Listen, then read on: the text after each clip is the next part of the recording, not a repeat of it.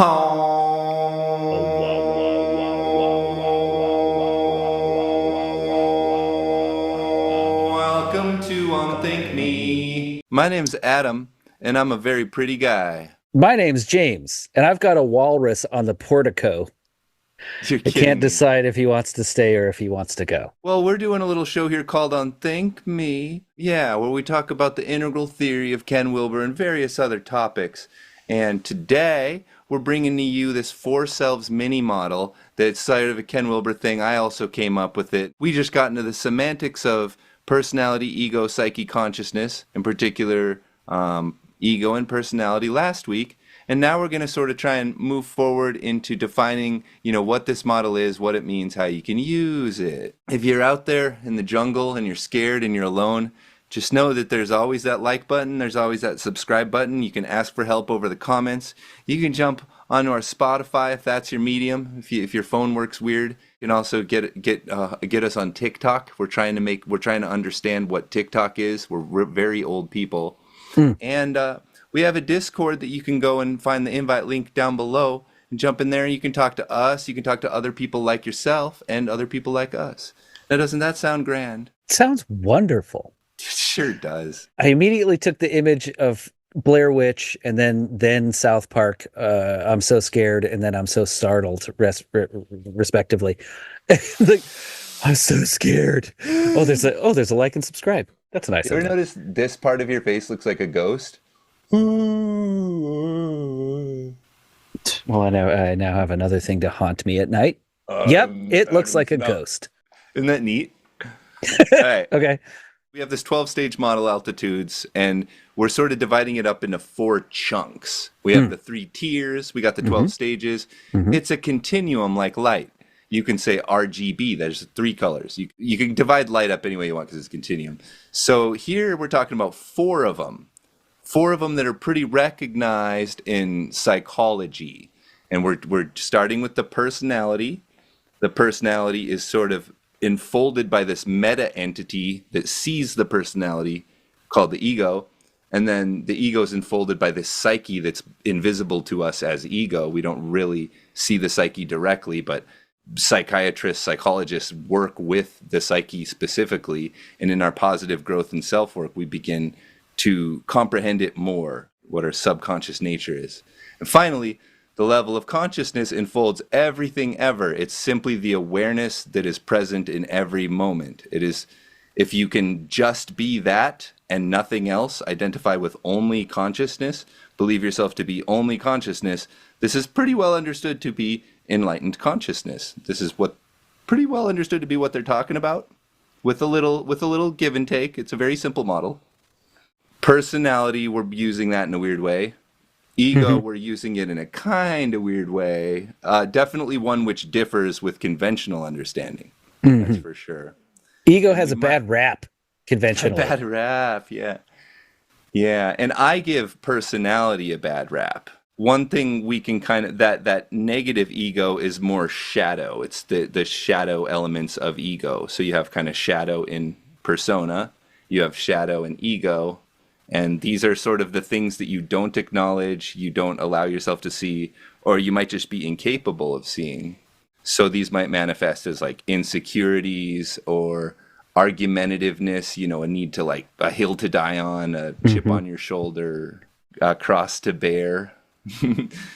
One of the things we talked about in our, I believe it was Altitudes in Conflict video, was how if we're challenged and we don't really Oh, have the yeah. maturity or the tools to engage with that challenge, what we tend to do is regress. So And how far are we going to regress? yeah, and in this case with this four stage model, it's like you probably won't even make it a whole regression down a whole level of it, but you might. So that could look like, in the case of an introvert, I'm pretty much a solid ego on my own. I'm not threatened when I'm on my own. I kind of understand my life story. It's realistic. It's emotionally neutral. It's morally gray. I can kind of guess the future. I kind of have a clear handle on the past. So that's like moderately healthy ego. By on your own, are you talking about like literally in the woods completely by yourself, or are you talking about just you're not with a group of associates? Yeah, no social pressure. It's not, I'm not being challenged. I'm not having to persuade anybody. Because that's Okay. when I have to extrovert, when I have to reveal my feelings and my needs and the way I understand things, that's when I'm going to feel challenged to regress. And so the shape of my regression is going to be this childish character that comes out of me. And when I look back at it as ego, I go, oh, that was kind of silly. Why did I do that? Or, oh, I'm so embarrassed I acted that way. You know, why would you ever do that? Why would you act a way that you're embarrassed about? Your time horizon gets cut off from you. Hmm. You're in the moment. So healthy ego is all about like keeping ego intact and entering personae willingly, voluntarily. It's like, okay, I'm the football coach. I have to yell at people, but I'm not actually mad. If you're the football coach and you're actually mad, that might be like a developmental problem. That might be I like, think, no offense to football coaches, but let me offend them all. They're actually mad. they're actually mad. It's Yeah. it's an archetype. So when you regress, when something like this happens and you do find yourself regressing, are you going all the way to the bottom and coaching yourself up and then reaction, or are you going to the water level of wherever your base is? Like what happens in an introverted mind? Am I going all the way back to simply survive, or am I going back to fight or flight? Am I going back to rational? Maybe. All right, fellas, maybe we can talk about this. What happens to you? Conventional maturity in our culture, conventional adulthood is I generally am in control of that. I don't become personality. I think Mhm. that's what we're looking out for. You know, for me, it comes out as these like sub characters that I play, and I'm aware of it happening. I see it happening. I'm like, ooh, I was a little hurt or offended, and you'll do that too. You know, we're conventional mature adults. So in Western culture, in our society, that model of adulthood is kind of just like get beyond the attachment self as personality and go up to self as ego. I'm a Mhm. rational being. I care about people. I'm not irresponsible. And then you're pretty much done in our culture. If you can make it there, you're not a criminal, you're not a scumbag, you'll be pretty well liked, you'll succeed if it's possible to succeed, you know, materially. In mystic traditions in New Age or Buddhism or various forms of self work and self growth and self help, there's kind of a further path to go towards flow states and actualization, like fulfilling your dreams, becoming the person you truly want to be with like no rationalizing or excuses for who you are in the meantime until you get there. So this isn't we don't criticize ego in particular. We don't like that. You're good. If you're ego, you're there. You've made it. You're an adult. Nobody's mad at you. But you do have this option of exploring deeper and deeper into your inner depths, and this has the potential of revealing to you desires that you don't even know you have, or goals that you don't even know you have. It's like the deepest parts of yourself. So here we're talking about the third level of the Four Selves model, the psyche. The psyche is studied in, you know, this was the goal. There were people that are psychopaths, like Mhm. broken psyche. They just seem to, I don't get why. They're jerks. They just do really things that I would never do. I can't imagine doing horrible Something's things. broken. Something's broken. Psychopath. So then they're going, well, okay, what exactly is going on other than ego, other than what people say and think and give out? Like what's guiding all this? And they find that it has a lot to do with dreams, and it has a lot to do with the sorts of things that come out with suggestion and hypnosis. So the psyche's kind of this like hidden layer of code. You can't see the code. You only see like the web page, but the code underlying it is this psyche thing.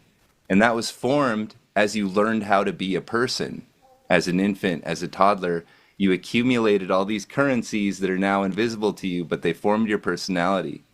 You saw mom and dad. Did they fight? Did they get along? Did they respect each other? Were they intimate emotionally? Did they share a lot? Whatever you saw is now your concept of what romantic human beings are together. Hmm. Whatever if you had a brother and a sister, these are your archetype of male and female. To some extent, those are hardwired in a hidden layer beneath the surface. So if you're like, one of those people that hates one gender or the other, or not hates necessarily, but just like, oh, all women are crazy, or wired into you. It's kind of nonsensical. Yeah, because they weren't really able to have when they're living in the house and they are brother or sister, they're not really allowed to have their own identity. Truly, it's whatever your parents allowed them to do. Yeah. To an extent. I mean, there's ones that are broken and are always in trouble or whatever. But yeah, realistically, you're growing up with a sibling like that. They're not their true selves yet either. They're not allowed to be. They're still under a roof of controlling authority. Yeah, when you are starting out, you're just personality and nothing else. You're so influenceable, like Hmm. because you're not governing this process. So that's why kids are so fragile, and that's why that stuff that happens early on is so impactful. It's one of the reasons why. It's Hmm. forming your nervous system. To flesh it out a little more in concrete terms, I had agents in my formation, one or two people that I was really close with that were possibly sociopaths to a certain extent, Hmm. highly manipulative. They would do things hurtful to me and kind of get off on it. So what this does to me is that becomes the villain of my narrative. I hate that. If I see it to even a small extent, used car salesman. Mm. Oh, dare you not not honor me, have any pride or dignity. You're like the spider. You weave your little pattern with no pride and no dignity. But in the abstract, is there Right. anything wrong with trying to get something out of people by tricking them? That sounds pretty good. Like, you should be smarter than them or suffer the consequences. It's a game, it's a Yeah. competition. Knowing that you're going to engage in this sort of thing, I think makes the difference for me. Yeah. If I've never bought a car before, I don't know what the difference is from any of this, and I go to Adam's used cars, which has like 10 cars on the lot, I'm going to be taken advantage of. The same person, different scenario, like Adam's cars that has 10 cars on the lot. If you know the game you're playing, you might get a better deal, but you have to know you're playing a game. Do you have anything like that where you feel like kind of your character is anti-mirroring something you were exposed to when you were young? Things that you get hung up on, like you kind of don't like victims. You have a thing where like victims just kind of like, I don't get that. That doesn't make sense to me. How can you be a victim? Just grow up, take care of yourself. Don't be my problem, right? And I'm the same way. I don't like that either. Like, could that be Before a you put out response? in front of the internet and everyone that I don't like victims, let me explain a little bit what I'm talking about. Okay. I don't like someone that's made a series of bad decisions and then when it catches up to them, claim the victim card. Yeah. And I'm not talking about unexcusable Oh things. gosh, no, I don't mean actual like victims of crime and stuff. Okay, I see Jesus. what you Okay. What I'm talking about is victim the mentality. right, the husband or wife in a situation that's been married and has kids and then 20 years into the marriage you're like, well, life just, it was expected of me that I did this and then, that we had kids because that's just what I'm supposed to do next, right? Like, no. You had a choice on every single one of these things, and you took the easiest wimp decision you could make. And then now that your life has gone or half gone, are deciding that you're going to blame someone else for your poor decisions. That's the kind of victim that I'm already getting heated about it. If you make a bad decision, great. That's how we learn things. That you should make bad decisions. You should make frivolous decisions once in a while. You'll find out who you really are. But once those stack up and I'm uncomfortable now blaming someone else or blaming just the Ethereum that all of this just kind of happened to me. No, it Yeah. didn't. I think we both kind of, there were a lot of things that we saw in our formation that led us to this, like, okay, that's not how you do life. You must take responsibility or just accept that you're going to get a raw deal Hmm. in certain categories. Like it is your responsibility. And so for both of us, it feels unfair that people play that victim card and like, well, I had a hard time doing this and nobody respects me for this. And well, yes, you're correct. What are you You're going to right. do? What are It you going was to do hard about it? because you chose the dumb way. In specific sales models, when training salespeople that used car salesmen, there's a thing called the wimp junction. The wimp junction means you're given an opportunity to go on a fork in the road. There's always an easy way, and often it's just not engaging in this at all and stopping on the road. But there's an easy way, and there's a way that's going to take some effort. Not hard, not difficult, maybe, but it's going to take some effort. That wimp junction way, that easier way, is often chosen by these people who will later be like, well, it just happened. No, it didn't. Yeah. This is a series of you choosing the easy way. Well, it's easier not to get a divorce, or it's easier because of our history together to just get married than to decide to not and have maybe shame from the families, or separate and not go down this path because you already have that sort of gut feeling that in the future this is going to wear thin, or maybe I could be happier in a different situation. Now, I'm not telling everyone to leave their significant others, their partners, whatever, but you only get one shot. Is the wimp choice a like a superior choice ever? I'm thinking maybe just when you're uninterested in pursuing this. That I'm like, when no, would it's just never good, or it's because higher effort to do the if you're other thing? making one of these two choices, then you've already decided you're moving forward. There's a way that you feel is going to be easier and take less effort, and then there's a way that might not be as easy, but it will take effort, but you see the benefit of that side. But it could happen if I go this way. If it's something you're not interested in, just don't make either choice and stop doing it. I'm not interested in working. Okay, well, we got to break that down. Are you interested in money and luxuries and that sort of comfort? Yes. Well, then tough nuts. You're gonna have to make the not wimp junction one. There's the easy way, or the way that will probably pay off in the long run, but is going to take some effort. That's all. 99.9 times out of 1,000, the wimp way, the easier way, isn't going to get you what you wanted in the end, or not as much as you possibly thought you could get in the end, because you really didn't put any effort into it. So implementing this into our model, it seems like the person who's a wimp a lot is probably Mhm. just not conscious of having a choice. So they're a Maybe. personality who's a Yeah. wimp, and you're calling that personality a wimp. It seems like if you are aware of that choice, like pretty clearly aware, you are ego, and the choice is kind of inevitable. And unfortunately, if you then make the wimp choice, Mhm. same conditions, same choice, but now you feel bad about yourself because you're Mhm. an ego and you're judging yourself. And now, instead of being a wimp, you're going to be hurting yourself. You're going to be overly self-critical. Mhm. You're going to struggle with self-esteem if you're Which facing makes it that even choice alone. harder to not take the wimp way because you're The you're wimp down on way. yourself. It's just kind of snowballs, and then you're the victim.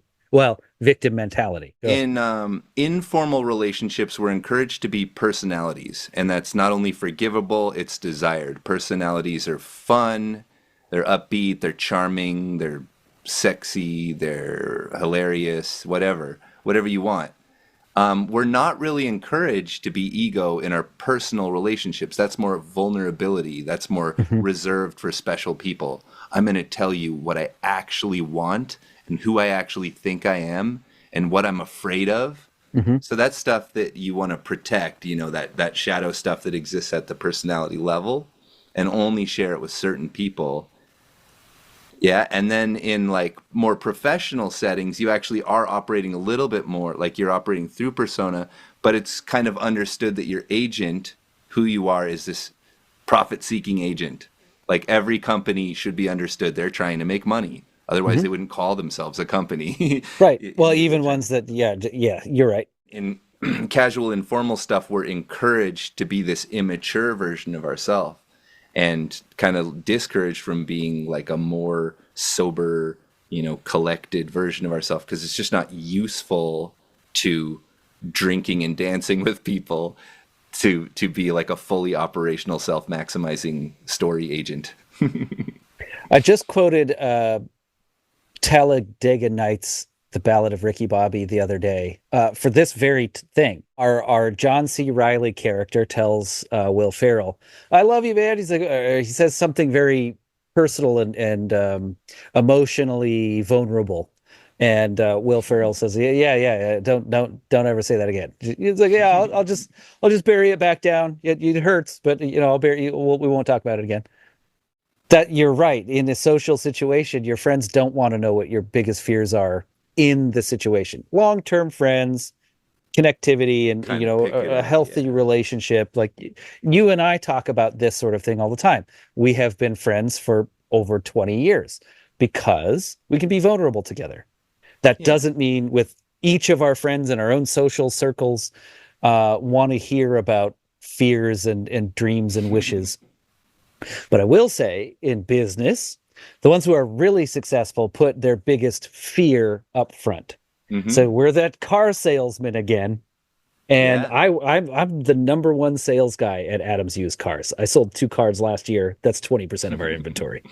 When I see a sap come on the lot, I'm going to not trick you, but entice you to be more vulnerable with me so that I can prey on it by putting my biggest fear up front.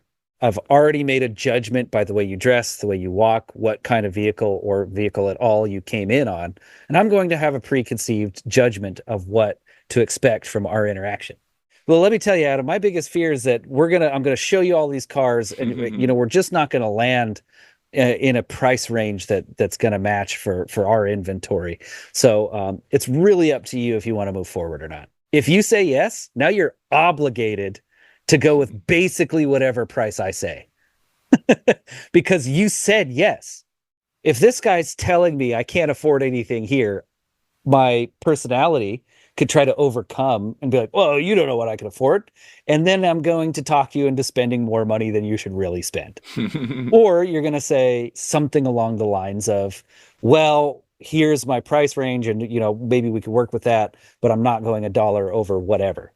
Now you've put your thing, it goes on and on and on. But there is a time in the corporate world where you feign vulnerability by putting your Yeah. biggest fear up front. We did this in Or the legitimately, like the Dale Carnegie thing is all about just like being real. Be Like Real. introverts are great at being extroverted.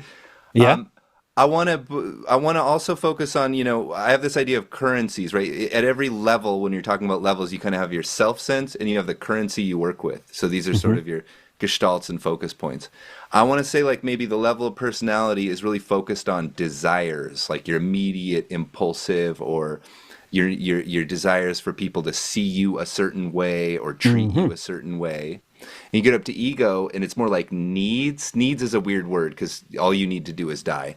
But your Right. material needs, your long-term needs for care and to care for others and to have your career figured out. Okay, going up into psyche now. What's the currency there? Well, we're dealing with kind of mysterious stuff. We're dealing with mystery boxes. Hmm. Why were there 2 cards presented to me? What does 2 cards mean to me? This is where we're actually in real life sorcerers. We're playing with a symbolic currency that tells us things about who we are inside. As you explore this more and more, you kind of feel intrinsically to yourself that you're becoming a more authentic expression of your true nature. That stuff that you don't even see about yourself until you're on the edge of sleep and you've put Hmm. away all the otherness and all the other judgments, and you're literally just seeing the content of your mind itself right in front of you, not visually but in every just experiencing it. That's the currency of psyche, I would say, Hmm. that can become, and it's real to us. Like this is how you can have delusions and hallucinations. The psyche is telling you there's a tree right there, there isn't a tree right there in objective reality, but from your perspective it's the same exact thing as if there really was a tree there. So it's a powerful currency, the ability to change how you interpret what's happening and the emotional valence of what's happening. Would you share your tactic to be more extroverted in like a karaoke bar or wherever you might find yourself? Yeah, so that's another form of sorcery, right? Like I was telling James, like I used to really struggle to like approach people, talk to people, you know. I was telling him this week I got like a couple phone numbers and stuff, and I was kind of Ooh thinking, la how did I do la. that? And it's because just as Adam, just little old Adam, I'm too sympathetic to that person, and I tend to see myself as this weird guy walking up. Obviously, I want something. What do I want? It's Hmm. probably like sexual. It's probably not like something you want. Like, okay, so then I come up and I'm all nervous, like, oh no, I'm Or I'm you don't go sorry. up at Like, all. yeah, well, that would be like rude of me. So instead, I just create an imaginary James. Because when I'm hanging out with James, we're having fun. We're not really thinking too much about why I'm interacting with people. It's just kind of fun to do. When I goof around with people, I get into this mode where I can kind of do anything and I'm kind of fearless because it's funny. It's like Jackass, you know, it's like Tom Green. So imagine fake James there, Hmm. and I go up and I talk to a girl or a person or someone I want, a job interview, you know, whatever I want. And I'm just conjuring that part of myself that doesn't care about the stake or the consequences because there isn't any. And I'm not as empathetic to that person. I'm more being casual, acting out a persona without much, you know, critical worry or insight about it. So if Thank you for you, reminding me. yeah, if you go up to somebody, if I'm actually there or someone's actually there with you, and you're like, oh, that person's pretty attractive, I'm going to go talk to them, see if they want to dance or maybe do a duet in karaoke. And then you get shot down. Well, it doesn't really matter. You just go back to the Nah, night you were already having with your plenty of broads in the confidant, your sea. friend, your yeah, your friend or whatever. But if you're alone and you get shot down, well, now you get to go sit by yourself and analyze everything that you did wrong. And the fear of that might make it Oh, so you don't even walk over there at the in the lots of first hard place. walks home. Yeah, which could Yeah, have been nice walks home. yeah. So You might as well just imagine you're walking home with the person you wanted. Even better. maybe that is going to put you in a mindset in the preconceived notion, especially like if you're, oh yeah, we're walking home together, this person I've never met and is all the way over there, is going to put you in the mindset that you've already won. And winning is endorphins, winning is charisma, winning is something people want to be around, whether you're actually winning Yeah, or not.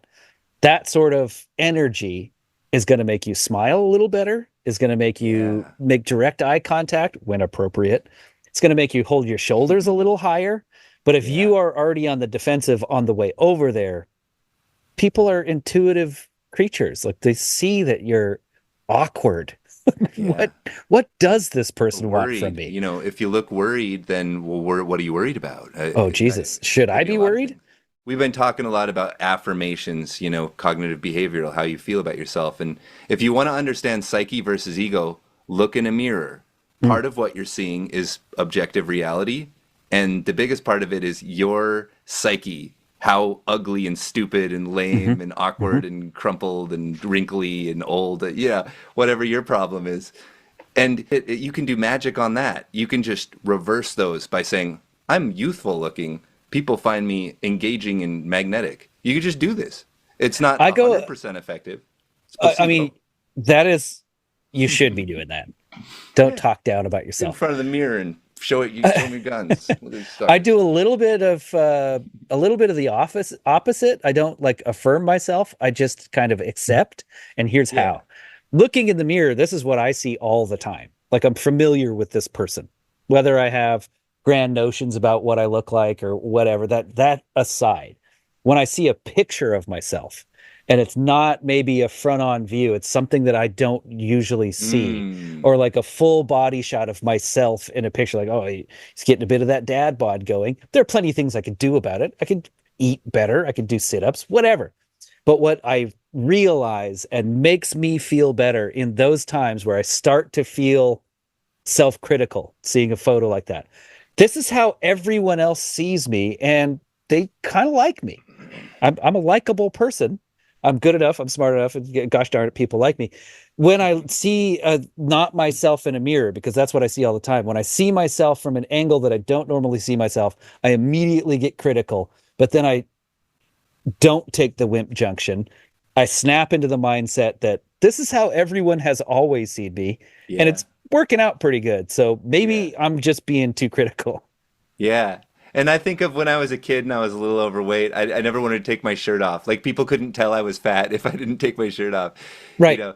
But I think that is a better example when it's something that you don't see all the time. You're forced to kind of make judgments of yourself that you haven't really made yet. That's a really good It's point. somewhat unfamiliar a character of yourself because you're not usually seeing a side view or from behind you. You're used to seeing the mirror, which you should start on. Be happy with So that because that's who you are. this is how dream work informs our growth is that there's manifest content in the dream, there's manifest content here. We're imagining how attractive and good and lucky and everything we are. That's manifest content just like in a dream. So we can explore how we do that. Well, we're just full of love for you, and we're glad that you came out here to watch our show. Hit that like, subscribe, click on everything.